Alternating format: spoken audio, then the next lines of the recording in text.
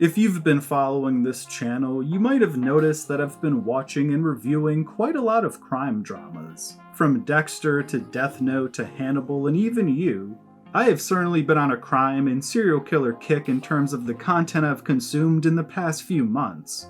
And one of the most highly recommended shows that I've been asked to watch within this subgenre of television has been True Detective Season 1. And I know, this is an absolute behemoth amongst the TV world, and the fact that I hadn't watched it until relatively recently is wild. But now that I finally binged through all 8 episodes, I certainly have some thoughts on it all. And I have to start things off with Matthew McConaughey's performance as Rust Cohle. This is probably my favorite performance I've ever seen from him, and I'd also argue that Rust Cohle is one of the best characters in television history.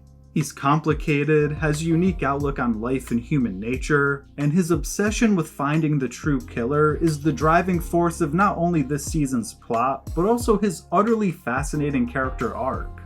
We start off this season with a quote from his former partner Marty, where he says, "Rust would pick a fight with the sky if he didn't like the shade of blue." And this is very true. When Rust is locked in on doing something or thinking something, you will never be able to shake him off of it.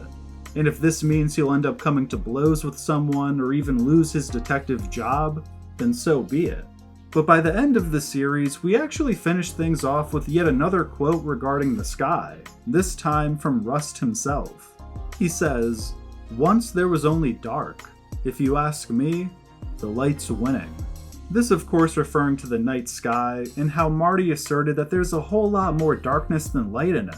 And I find these quotes to be such a beautiful beginning and end to this story because they symbolize the change that we saw within Rust. He started out as a bit of a spark plug with little to no belief in the goodness of mankind, but by the end, he became someone who truly believed in fighting for the good that humanity is capable of.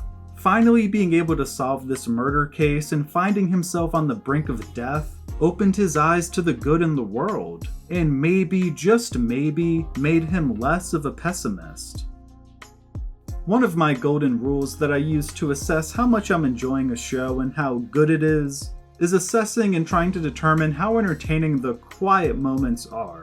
The moments where nothing major is happening and the plot isn't really being moved forward. And these are some of the moments where True Detective shines the brightest. The bar scenes and car ride moments with Rust and Marty, while not being integral to the overarching plot of the show, are some of the most entertaining sequences the series has to offer. And I just love how well they play off of each other. For a series built around a duo like True Detective is, you need to have a stark contrast between your two main characters. Like if one character is a goofball, then the other should be no nonsense and serious. Kind of think of Ellie and Joel from The Last of Us, or Agent K and Agent J from Men in Black as effective examples. So Marty being this sort of hard-boiled standard detective who struggles with temptation and his own personal vices, and Rust being this less sociable, big thinker who struggles to really connect with people on a personal level and gets too obsessed with his cases, made for wildly fascinating banter between the two, as their approaches to their detective work and outlooks on life couldn't be more different.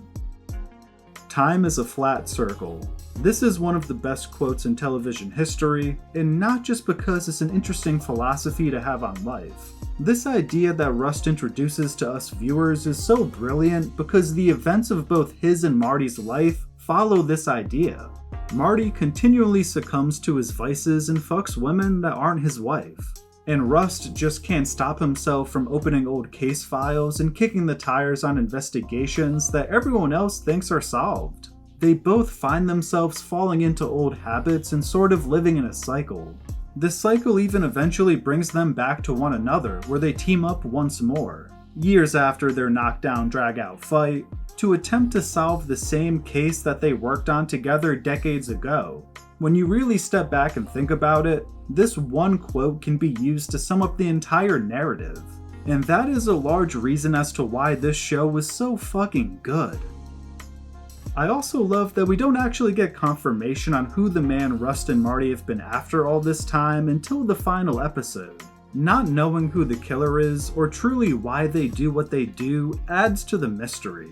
It makes it far more rewarding when Rust finally does break the case and comes face to face with him.